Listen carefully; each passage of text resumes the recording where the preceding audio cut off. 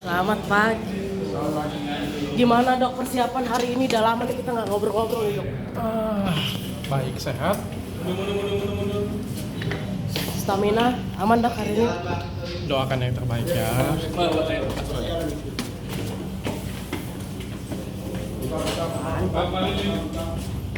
Doakan yang terbaik ya. Saya siap menjelaskan semuanya dengan sebaik-baiknya. Dia akan membuka fakta-fakta baru gimana Ya, dok? ini kesempatan saya untuk menjelaskan dengan sebaik-baiknya. Di sini ya.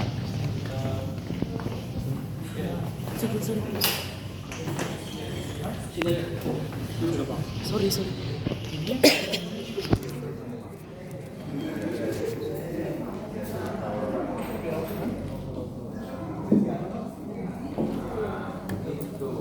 Ditemani istri bagaimana dok menambah semangat juga kah dok persidangan hari ini? Iya, dia sumber kekuatan saya sih. Kalau misalnya nggak ditemani istri, nggak tahu saya.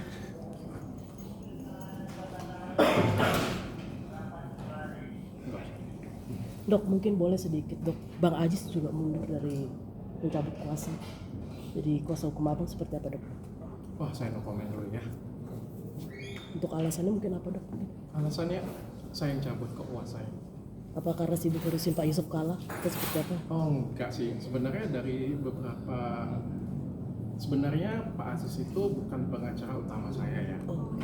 Jadi pengacara utama, ini saya jelasin. Ada waktu kemarin di Polda Metro Jaya, saya harus mengganti pengacara saya pada waktu itu. Saya bingung sih pengacara mana yang bagus, karena banyak pengacara oknum lah ya saya bilangnya, yang membohongi atau menipu perusahaan menipu.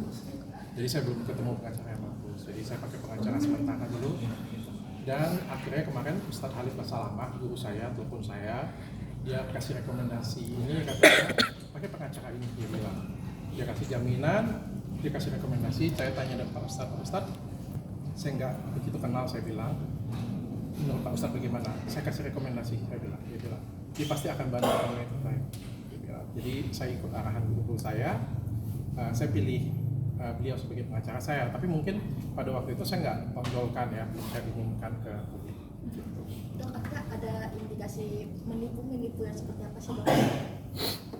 Saya mungkin belum saat tepat ya untuk berbicara terbuka ya dengan media ya.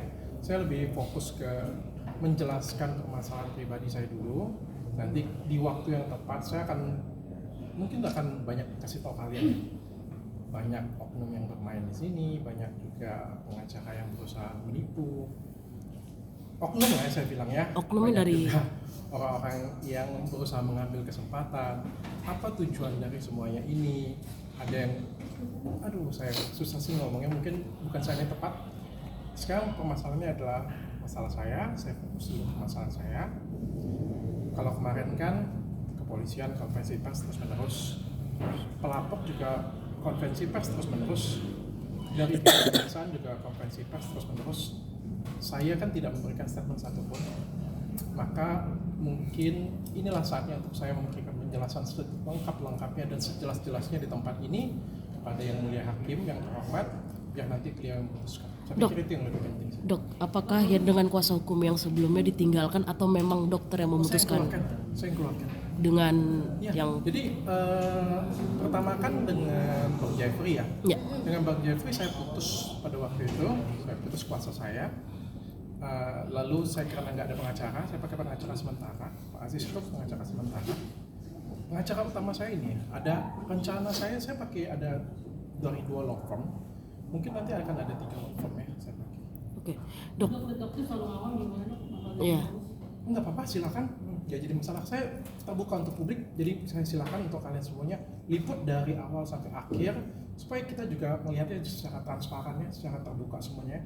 Kalau memang saya ada salah, memang terbukti saya melakukan kejahatan, saya membahayakan masyarakat, saya siap dihukum seberat-beratnya. Tapi kalau misalnya tidak terbukti bahwa saya bersalah, saya membahayakan masyarakat, tolong bebaskan saya juga. Oke. Saya ikhlas jalanin semuanya. Kalau enggak ya kita akan sakit sendiri ya, sudah rugi 2 kali ya. Jadi saya ikhlas jalani semuanya, nanti kita serahkan saja kepada yang mulia hakim. Kalian boleh liput setiap kali sidangnya supaya juga bisa terbuka tuh.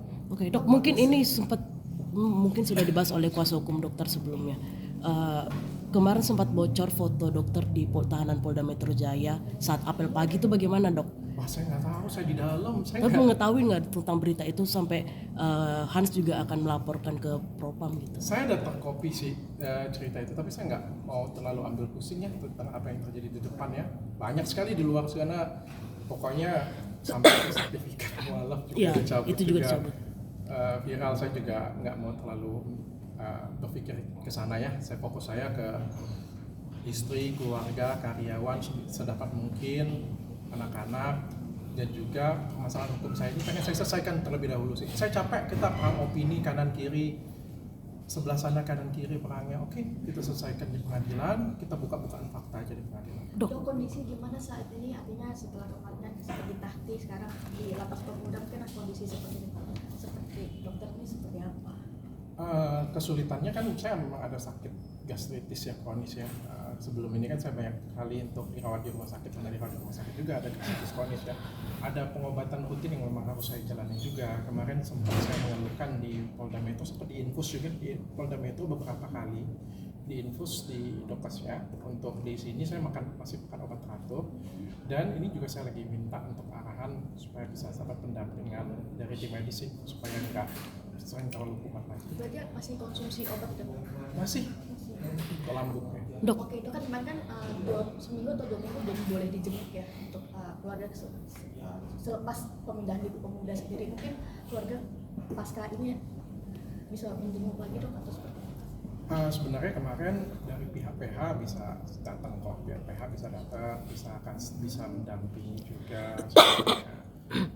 Ya, nanti kita sebutkan yang terbaik aja lah ya. dok, Oke. mungkin ini kan sudah berbulan-bulan tidak ketemu anak segala macam. Apa sih dok yang mau disampaikan? Banyak orang yang menilai, ini bapaknya begini gitu. Saya nggak berpikir seperti itu ya.